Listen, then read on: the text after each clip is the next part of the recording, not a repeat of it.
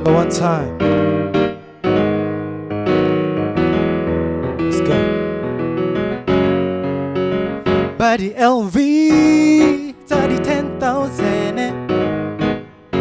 Body Gucci, 8,000.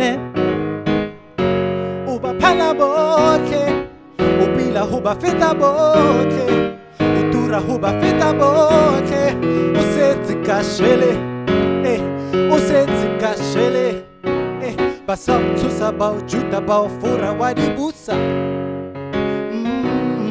Kale twadi kadi afro kadi kat wababaisisa, yeah. Independent woman wadi afforda. Sanbonani, Dumelang as Bari, and welcome to Urban Musiq. We're having a young chat on this edition, and just before we get to it, right, big shout out to Tumbuni Coffee. Rati Thalohanya, Rati Frostana today. Runa coffee, man. Runa coffee. So big shout out. Make sure you follow them on all social media platforms. That is Tumbuni Coffee, and support local business, but also Batamamsi. You understand? Pitori is on another label. But getting straight into it, Melo Mokoena. Yes, sister. Soweto, you are so incredibly talented. Thank you so much. Thank you. That was really good. I really enjoyed myself there. Sure, you say you actually started to realize you've got an above average musical talent at 13. We are hitting at 13 years old. That happened with the way you're like, no, it's okay, I get blind. No, I guess it's just simply being exposed at a young age to good music, you know. What happened was some of my friends just took me out to a basketball ring, you know, to just shoot some hoops. And when I fell in love with that, then I fell into rap. Because then after the games, I'd see people huddle up and they were battling. And I was like, what's happening there? So I started off in music through rap. But I did have a gospel background. So got into a bit of singing here and there, so that's what transpired, and that's my evolution to what I am today.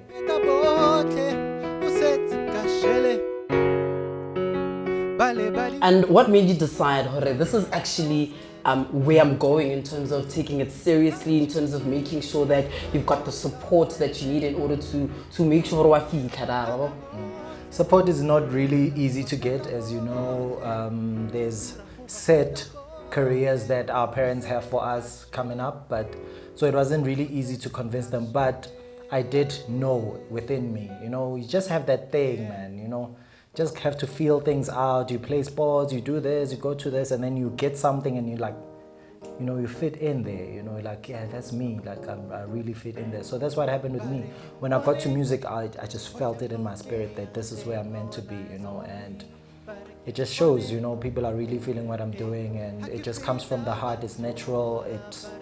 I would do it for free, you know, just get paid, but you know, I really would, you know, yeah. Okay. What I've noticed though in your music, name, I mean, people tend to sing about women a lot, you know, and I guess the conventional stereotype is, whoa, nara tweka, we're getting down, but your music is more sort of empowering to women, you know. Tell us more about that. Well, I grew up in a family where I was the only guy. So I'm the firstborn child, and my 3 other siblings are girls. And then with my mom. So with my dad being away a lot with work, I was only surrounded by women. So I was taught how to treat women, you know, never hit a woman. And because especially when you're young and you have testosterone just coming up, to hold yourself from, you know, then you just get corrected here and there. So I just learned how to treat women, and that just came into who I am. So I cannot go against who I am and just start singing just because people belittle women and use them as objects. I can't then just jump into that just because it's popular. You know, I have to stay true to myself. I have to stay true to what I believe, but it's good music at the end of the day, you know. It's amazing music, people love it, and yeah, it's just who I am, you know. Okay, and what else inspires your music? My music is inspired by my home language, which is like Soweto, It's like such a beautiful language where I grew up Mososha, so Rishapas Pitori and all that. Yeah. But every time I get to go to Free State, Kronstadt, Kwakwa, like all these, like I just get blown away by the language because half the time I can't even hear what they're saying. In fact, when I wrote this album, Khwabaya Metati, in fact, the name itself, I didn't know what it means. It actually means jack of all trades, you know. So I called it that because I produced the album. I played keys, I played the drums, I played the vocals. So everything that you hear there is all me. So it's jack of all trades, and it sounds amazing. So that's why I named it Khwabaya Metati. And yeah, I actually had to go deep into my own roots, you know, to get this album to come to fruition, get a Sotho dictionary, like get deep into who I am, you know. So like, yeah, it's just such a beautiful piece of work. Like I really am proud of it, you know. Okay, so singer, songwriter, producer. Yeah. How did you now get into the production side of things?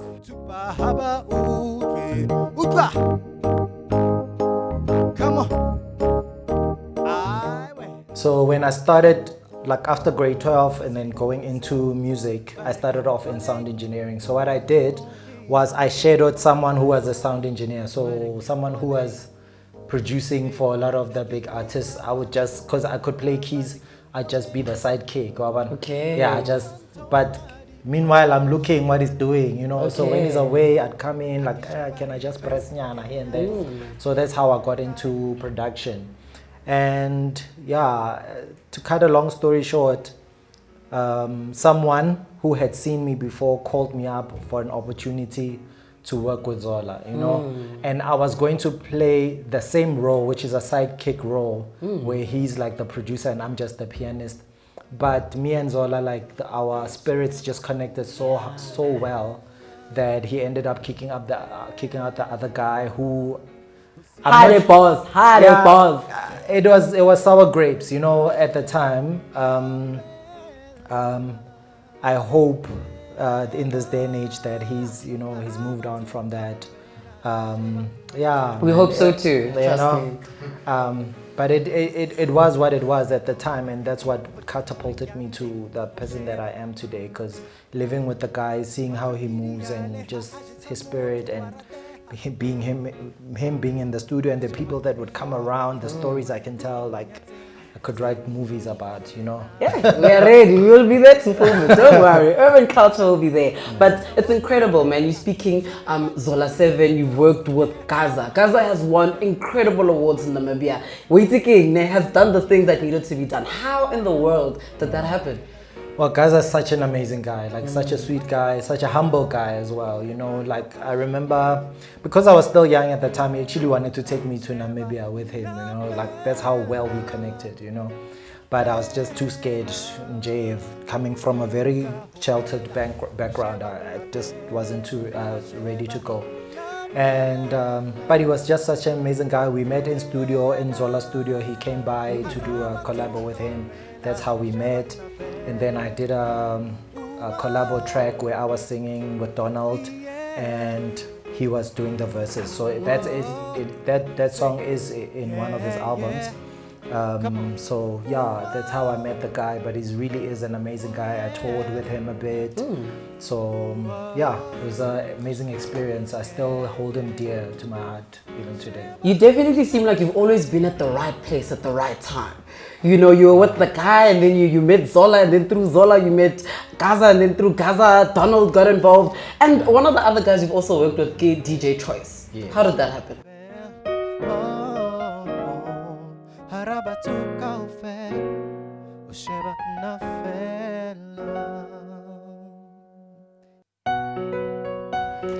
Well, DJ Choice came through DJ Who Knows. Now, DJ Who Knows is a friend of mine, a close friend of mine, who is an entrepreneur. Like he's a hustler of note, you know.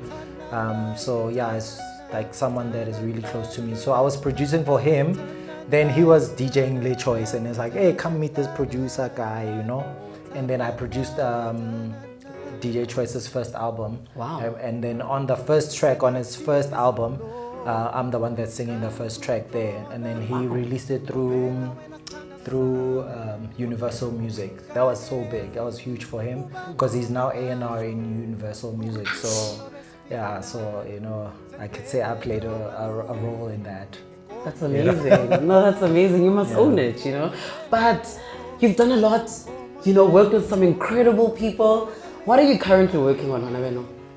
Well, right now, I'm really excited with this next phase that I'm at, because I think the biggest challenge for me always growing up was about owning my works, you know, because I'd always be in other people's studios and stuff. So after I got married, I was able to buy my own studio in my own house, so I can own my own stuff. So this new phase that I'm going into is really a beautiful phase, and the support that I'm getting from the radio stations, Thobela FM, Motsweding, Umhlobo, 702, Radio 2000, like they're really pushing Shelling like cray, like they're really pushing it like crazy. So the music video is out as well.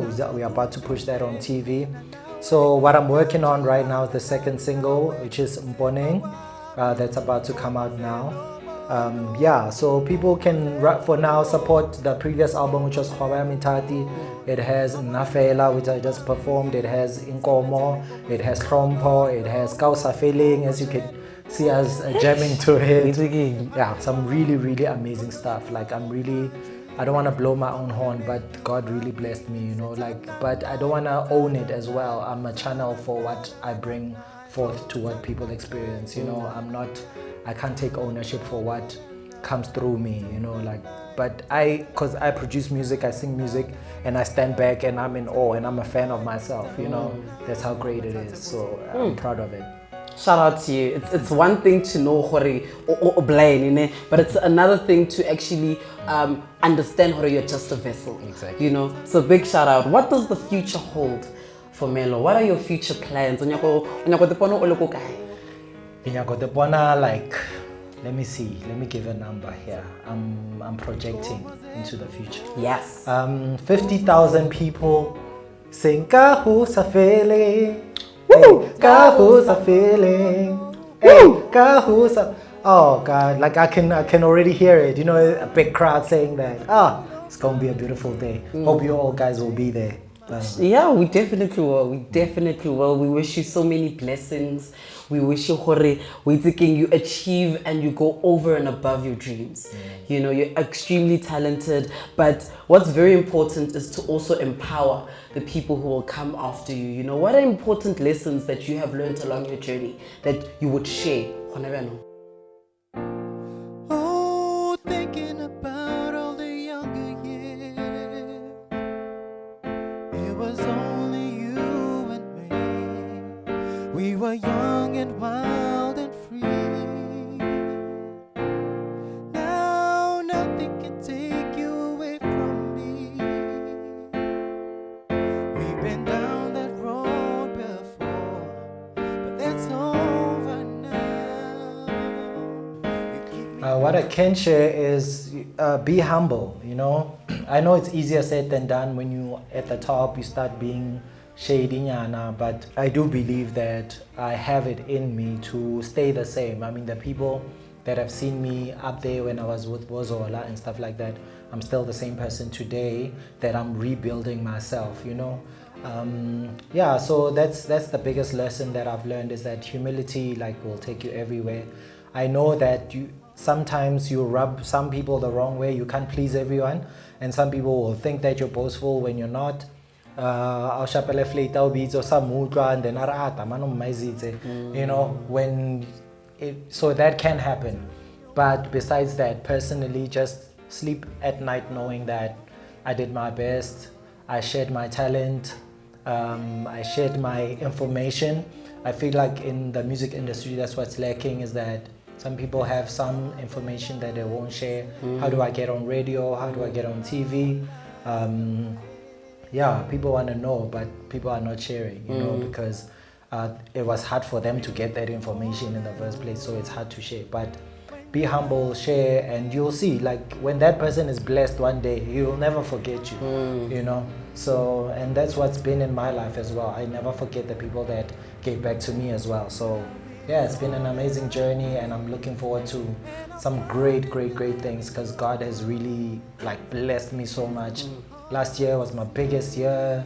Got married, got like just it was just Congratulations, by the way. yeah, it was just a beautiful year, and this year as well, just amazing things happening in my life, and yeah, and I know that a lot more is coming. So stay tuned, yeah.